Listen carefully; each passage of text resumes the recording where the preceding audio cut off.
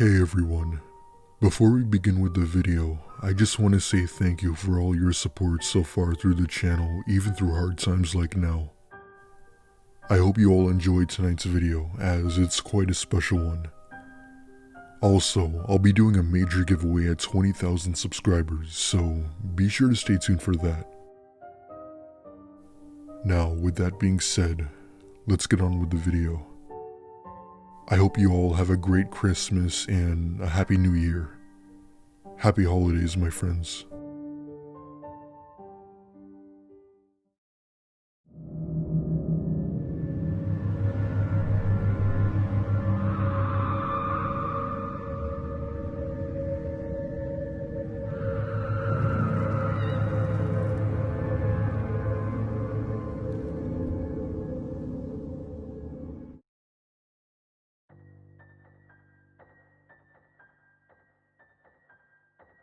When I was about 10 or so, my family and I moved into an old house that was built back in the 80s.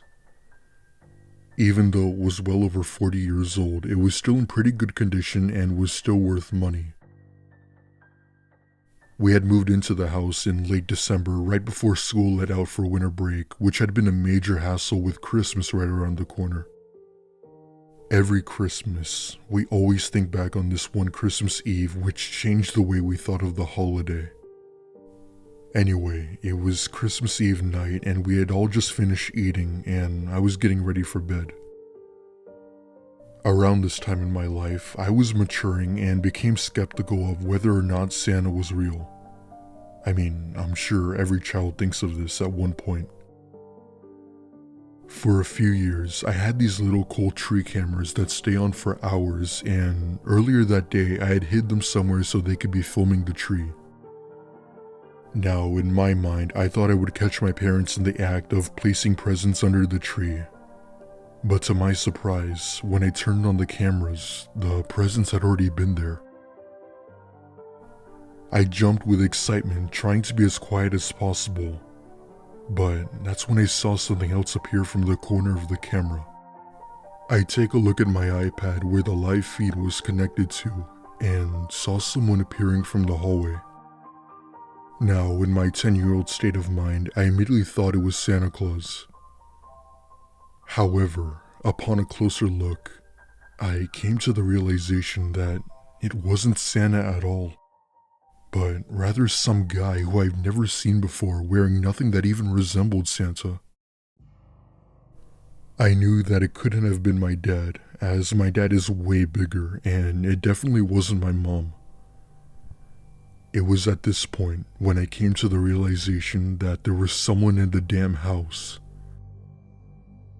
My eyes filled with fear as I saw this person proceed to take the presents and put them in a black garbage bag. Trying not to scream at this point, I go over quietly to my parents' room and explain what was taking place in the living room. At first, they woke up annoyed and didn't seem to take me seriously. But once I showed them my tablet, my dad then grabs his crowbar that he keeps under his bed and runs out into the room. He goes out into the living room, screaming like a madman when I hear a loud bang followed by my dad screaming. My mom and I run over to him and find him on the floor holding his right shoulder. It was then when I realized that my dad had been shot. It didn't take long for my mom to get on the phone and have the police show up. But like in most situations like this, the man was gone and had took half of the gifts. Turns out, this man had broken into our house through the sunroom and somehow found his way to the presents. I'm not sure why we were the only ones targeted, but I didn't want to know. Fortunately, my dad had survived the shooting and recovered within a few days. Either way, this was the most terrifying encounter of my life.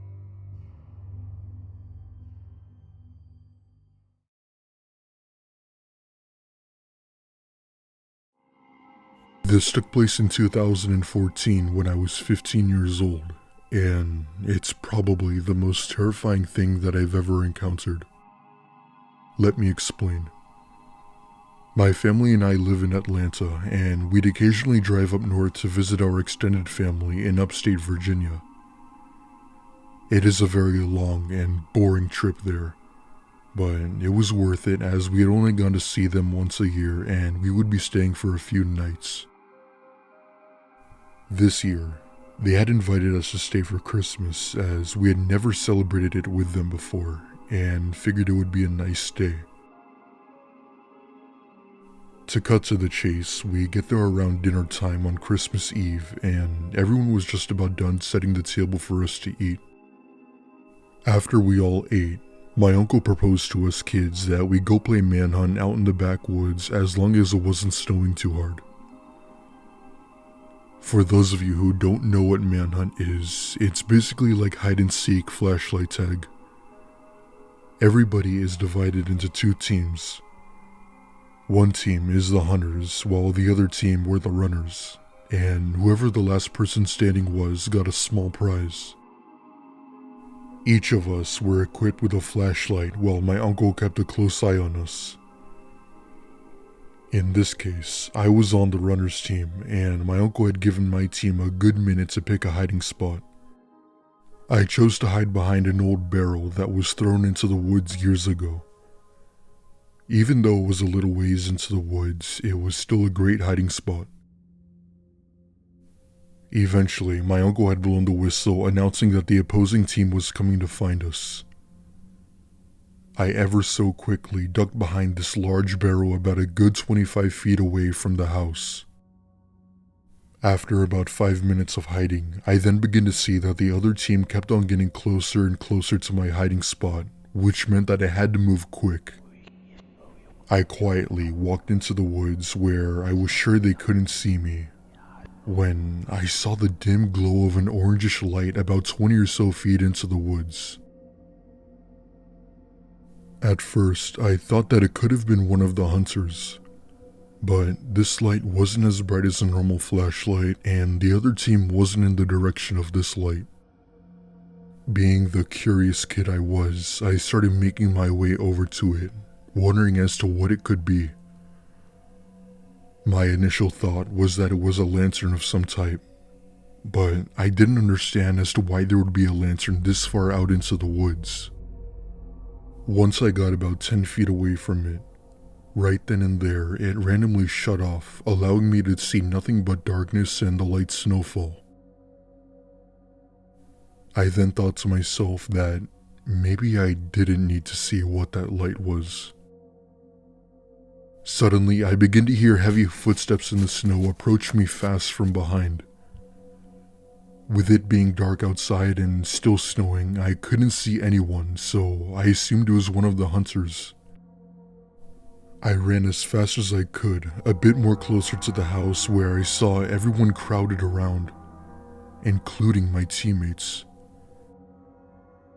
I had asked them what was wrong, and all I remember was my dad and uncle telling me to go back inside.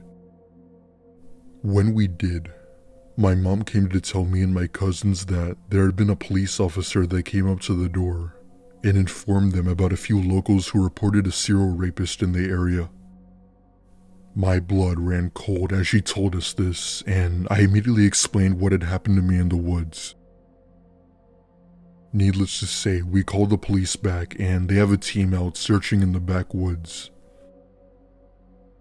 However, they never did end up finding whoever chased me in those woods, and we never found out what that light was. I haven't been back up there since, and neither have my parents, and we don't plan on ever going back up there anytime soon.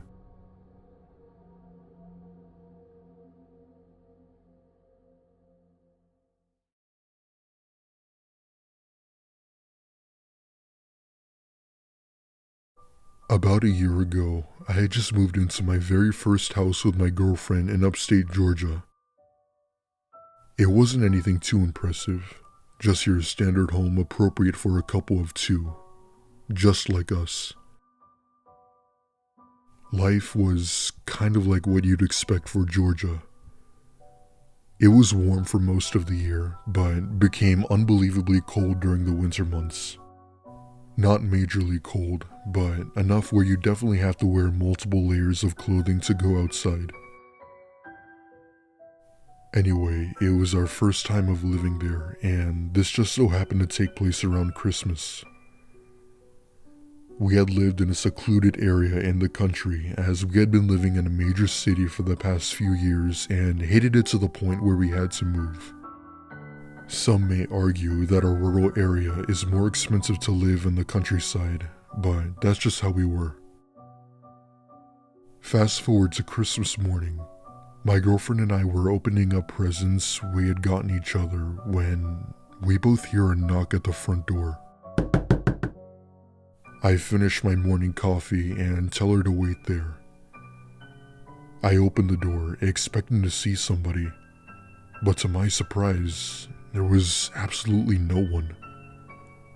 I didn't hear or see anything. The only thing I heard was the howling wind in the distance, followed by the heavy snowfall. I closed the front door and shut the blinds to let the pranksters know that I wasn't interested. My girlfriend looked puzzled and asked who it was, to which I then replied saying that I didn't know. We continued opening gifts when a second and louder knock came at the door. This time, I got up and ran out of the door, only to find absolutely no one. I looked behind the house, under my car, and even went as far as checking into the bushes. But what was this? There were a fresh pair of footprints in the snow, leading right toward the tree line. I began to follow it, trying not to lose track as the snow was filling the prints up fast.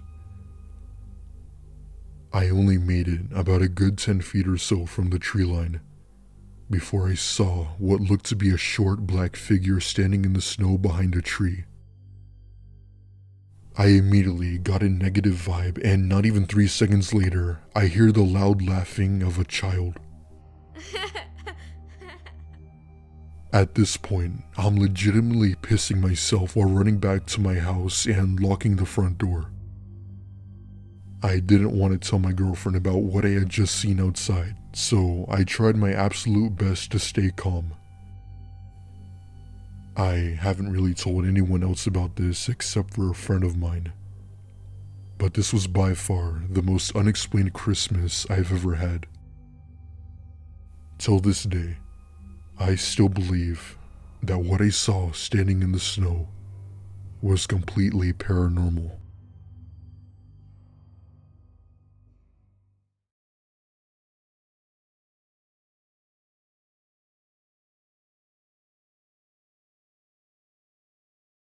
This happened around 3 years ago when I was 29 years old. For some context, I was a stay-at-home mother at the time and was renting out a 1-storied house while taking care of my 5-year-old son Ryan. It was Christmas Eve at around 12 at night, and all of our guests had already gone home. I was busy wrapping presents and placing them under our Christmas tree for the next morning, making sure to be quiet as possible.